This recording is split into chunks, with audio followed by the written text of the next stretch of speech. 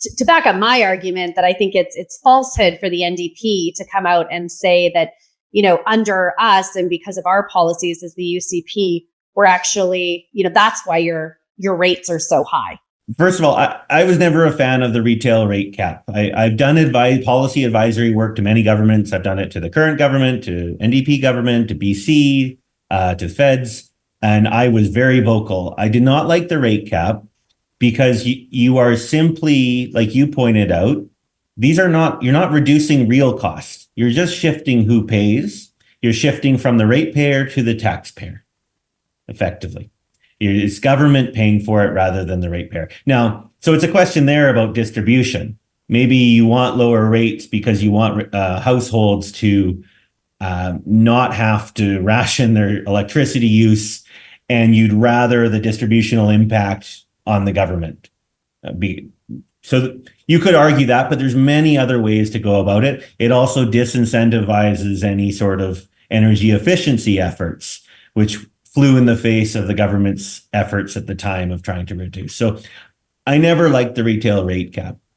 But then going now, you just mentioned how high prices have been, and you're right, they've gone up to, I think, as high as 32 cents per kilowatt hour with some of the peak months. The UCP themselves did they did a rate cap, if you'll recall.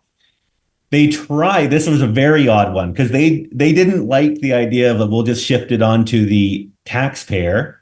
So they made a deferral account. So all of that money that had to be paid to those companies, just like in the NDP one, instead of being paid from the government, it went into a deferral account, which actually the government did pay.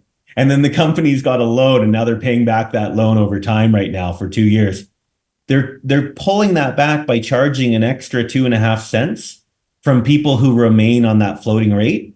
What it did is it created, people started leaving. It wasn't on your bill. It was on whoever remained. So now you saw this exodus. We've had about 240,000 households leave the floating rate over the past 2 years. So leaving. So that cost is now just going to be borne on the few people remaining. And the sad thing is most of those people remaining, some are folks who just can't be bothered. They don't look at their bill. Just can't be bothered. But the bulk of them are really low income folks who don't have the credit to get a fixed rate contract.